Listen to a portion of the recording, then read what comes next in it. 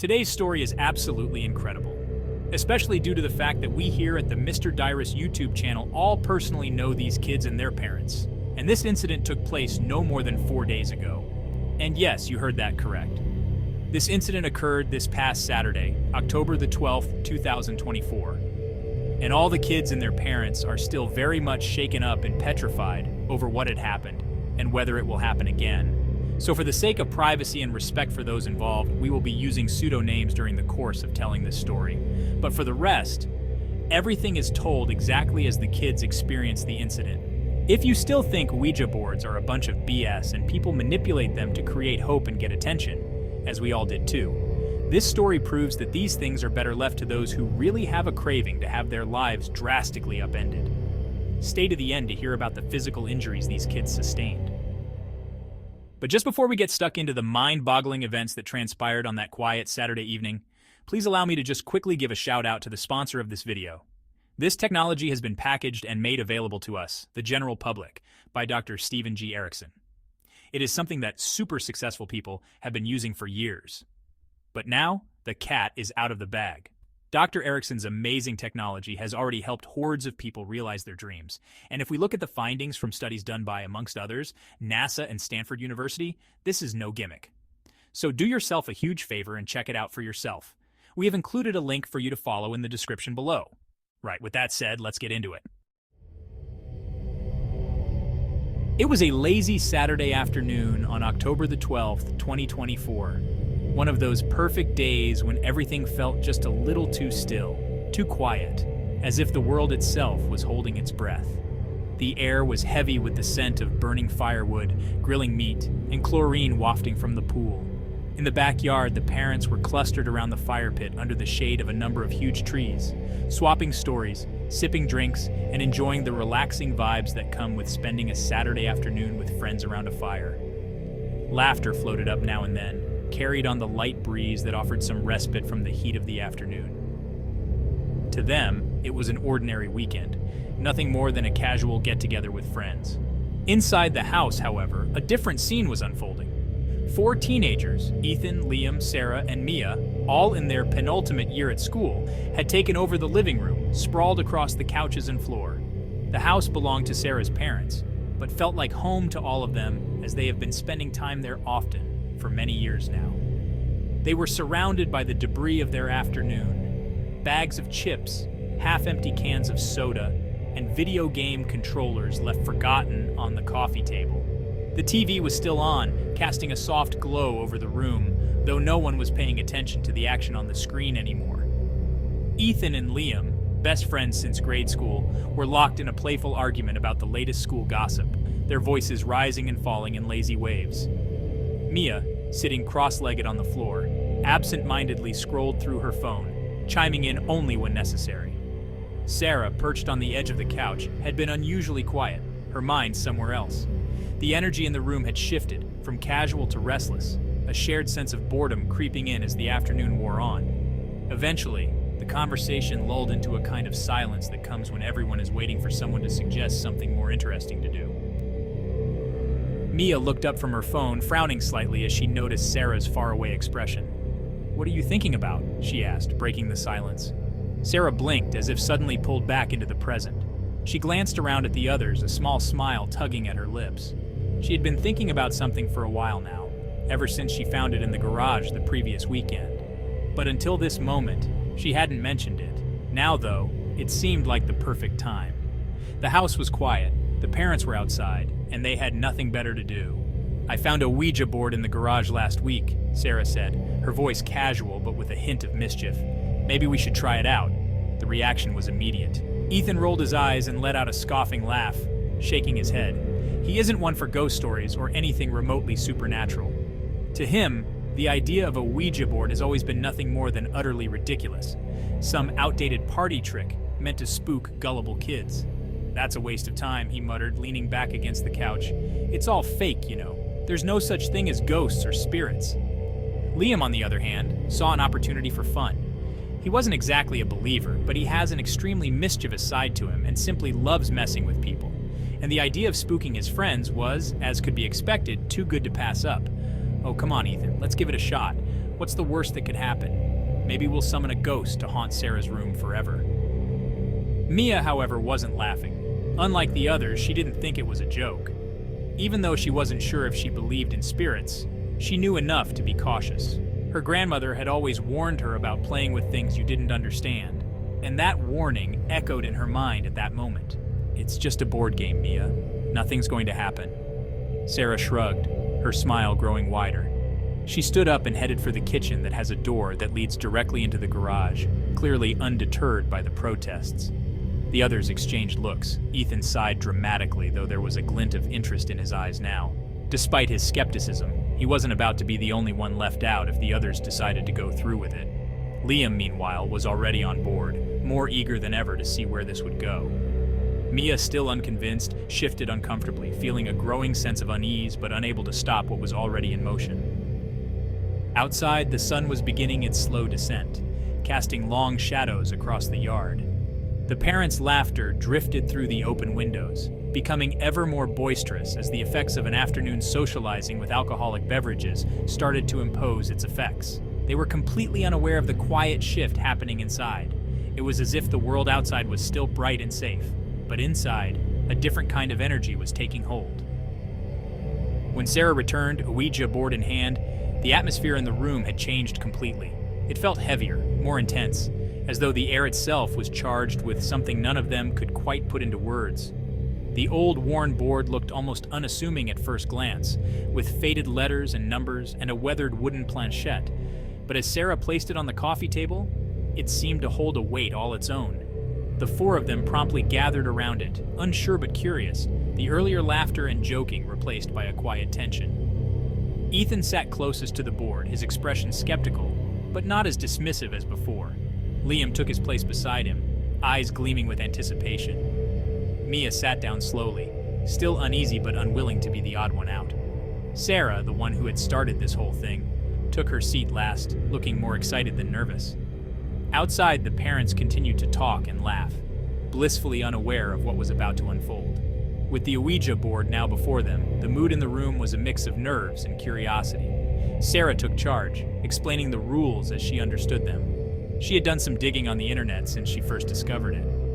"We all need to lightly place our fingers on the planchette," she said, positioning her own hands carefully on the small wooden piece. The others followed her lead, placing their fingertips lightly on the planchette. Ethan let out a breath and leaned forward slightly, clearly ready to get this over with. "All right, so what now?" he asked, his voice edged with impatience. "Now we ask questions." "Is anyone there?" Sarah asked in a slightly theatrical voice, trying to keep the mood light. The planchette didn't move. "What's your name?" Liam added with a chuckle. Still, nothing. Ethan groaned and leaned back, clearly unimpressed. "See? I told you. It's just a piece of wood. We're wasting our time." But Sarah wasn't ready to give up. She urged them to keep going, insisting that these things took time. "You have to be patient," she said, her voice a little more serious now. "It doesn't always happen right away." They tried again, asking more questions, waiting in silence after each one. But still, the planchette remained stubbornly still, no matter what they asked. The room felt strangely quiet now, the earlier lightness gone. The distant sounds of the parents' conversation outside seemed farther away, as if the living room they were sitting in had been sucked into a vacuum. Minutes ticked by. At this point, the sky outside had darkened into the deep blues of twilight, and the light inside the house grew softer, casting long shadows across the room. The game had become more than just a way to kill time. It had become a test of endurance. None of them wanted to be the first to admit that maybe they were a little unnerved, or that perhaps they had underestimated what they were doing. Mia again shifted uncomfortably, rubbing her arms as if she were suddenly cold. The room was the same temperature as before, but the air felt heavier, like it was pressing in on them. She tried to catch Sarah's eye, silently pleading for them to stop, but Sarah was focused on the board, determined to get some kind of reaction. And then, after what has now been determined to have been around 43 minutes since they first sat down around the board, and just as they were all about to give up, the planchette moved. It was subtle at first, a barely perceptible twitch, so slight that they weren't sure it had actually happened. Did Did someone move it? He asked, his voice skeptical but tinged with something else now, uncertainty. No, no one moved it. Let's keep going. The tension in the room increased tenfold as they asked more questions. This time, the planchette slid slowly, deliberately, across the board, stopping at random letters. The movement was jerky, uneven, as if something was struggling to communicate. All right, who's messing with it? No one answered. The planchette moved again, spelling out letters that made no sense. It was random, jumbled, but undeniably real.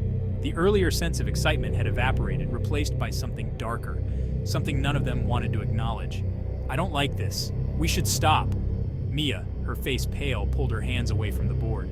Sarah, however, was too caught up in the moment to heed her friend's warning. We're just getting started.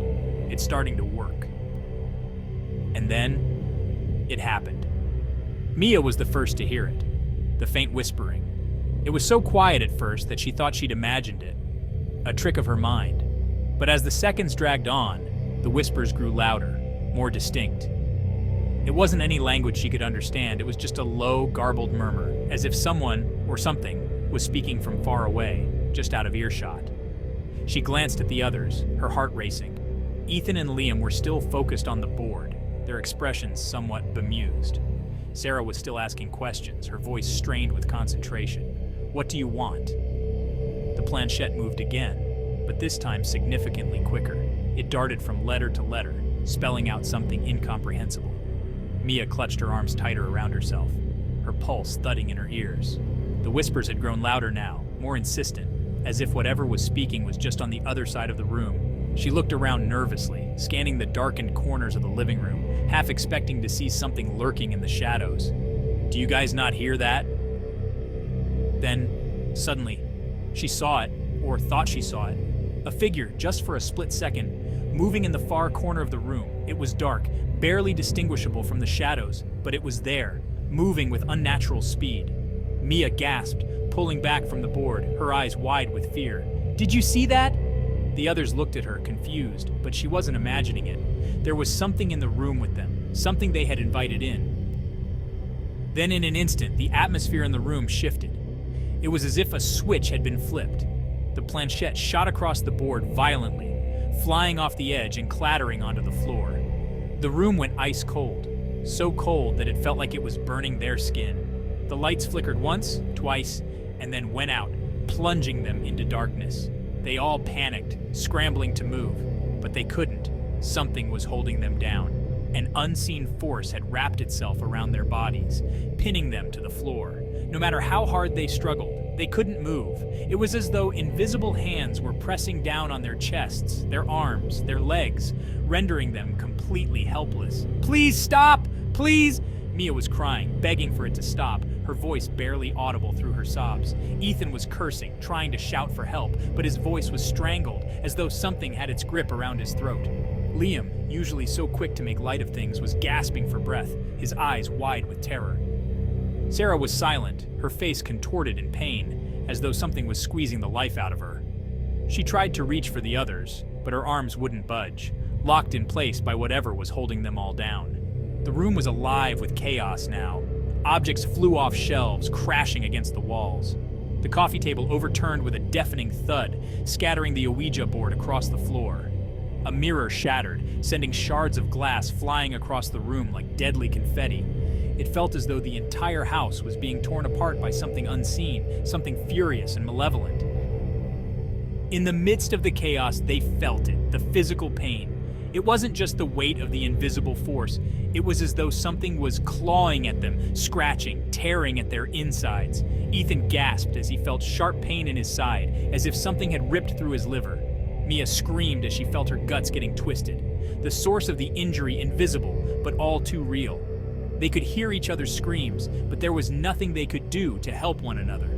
They were trapped, pinned down by something they couldn't see, couldn't fight. The only thing they could do was endure. To the four kids, the attack felt like it lasted an eternity, though in reality it lasted only around a minute. But this was a period of pure terror, pain, and helplessness.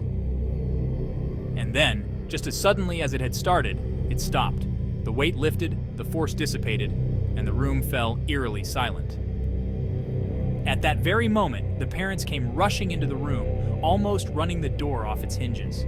They heard the clattering and screams, and immediately thought that the kids were being attacked by intruders that somehow gained access to the house without them or the dogs noticing. They found all 4 kids lying there, panting, bruised, and with expressions of pure terror etched on their faces, trying to make sense of what had just happened. Ethan and Liam were the first to move, slowly, shakily getting to their feet. With the frantic assistance of all the parents, they helped Mia and Sarah up, all of them wincing in pain. The injuries were real but not immediately visible. However, with all the kids in obvious pain and hysterical, everyone agreed that an urgent trip to the hospital was non-negotiable. Calls were made, and within minutes, everyone were loaded into the vehicles and whisked away to the nearest medical facility. Although none of the injuries were found to be life-threatening, all 4 teenagers sustained injuries that warranted a good assessment by a medical professional. Ethan, who had been the most vocal about ending the game on the count of it being stupid, seemed to have infuriated the entity, or whatever it was that attacked them, the most. From his injuries, it looks like the entity took out its anger on him the hardest. The sharp, agonizing pain he had felt in his side was indeed his liver being squeezed, and he ended up with significant bruising on it that could be life-threatening if it wasn't managed properly. As we release this story, he still finds himself in hospital for observation to make sure that there are no further complications. Ethan also had smaller, shallow welts on his arms and neck, confirming that what was happening inside his body was due to a physical attack from this entity they awakened. The irregular nature of the injuries also suggested they were not caused by anything physical in the room. Mia, who had been quietly terrified throughout the ordeal, suffered similarly alarming injuries. During the attack, she felt something sharp drag across her left forearm, leaving deep, sensitive bruising that ran from her wrist to her elbow. The bruising wasn't just on the surface of the skin, it was deep, and the next day blood pooled under the skin, making it appear like she had been assaulted with a heavy object. It was as if something had been trying to grab her arm and tear it open. Like Ethan, Mia also had smaller cuts on her legs and back, but the injury to her arm was the most severe. Sarah, the most confident at the start, ended up with bruising and smaller, more superficial injuries. During the attack, she felt intense pressure around her neck and chest, as though something had been strangling her and squeezing the air from her lungs. She had visible bruises forming around her throat, dark purple marks that left her winded and coughing for a while after the ordeal had ended. Her arms also had multiple small scratches, and she experienced muscle soreness from the strain of being pinned down by the invisible force. The deep bruises around her neck were enough to warrant concern, but she didn't require hospitalization. She was in shock and deeply shaken by the ordeal, her voice barely above a whisper when she spoke to the medical staff. Liam, who had tried to joke his way through the game, didn't escape unscathed either. He had been thrown hard against the wall during the attack, and when he got up afterward, he found a large welt on his back. The force of the impact had left a bruise that stretched from his shoulder blade down to his lower back, and it was already swelling by the time they arrived at the hospital, the skin turning black and blue within minutes. In addition to the bruising, Liam had minor cuts on his legs and arms. His injuries were painful, and though they weren't life-threatening, he struggled to move properly afterward due to the severe bruising on his back. Like Sarah, Liam was shaken to the core, but his injuries didn't require emergency care, so he was released from hospital that same evening. Despite the prognosis that they will, in all probability, suffer no long-term effects from the physical attack, the trauma of the event extends way beyond the physical injuries. It has left all 4 teenagers and their parents shaken to the core. There is absolutely no doubt that the road to recovery is going to be a long and arduous journey for all of them. And the best that those close to them can do at this stage is to be understanding and merely be there for them when they need it, as no one really knows how to deal with something like this. In your opinion, what do you think happened with these kids? Is there something they did wrong when they used the Ouija board, or is there a certain procedure they should have followed? If you know, please let us know. Any help we can provide to these people would be greatly appreciated. And if you enjoy real-life stories like this, smack that subscribe button and check out the story on your screen right now. This father was at his wit's end with an entity that terrorized him and his small children, and he didn't even invite it in with a Ouija board. Till next time, much love and stay safe. Cheers.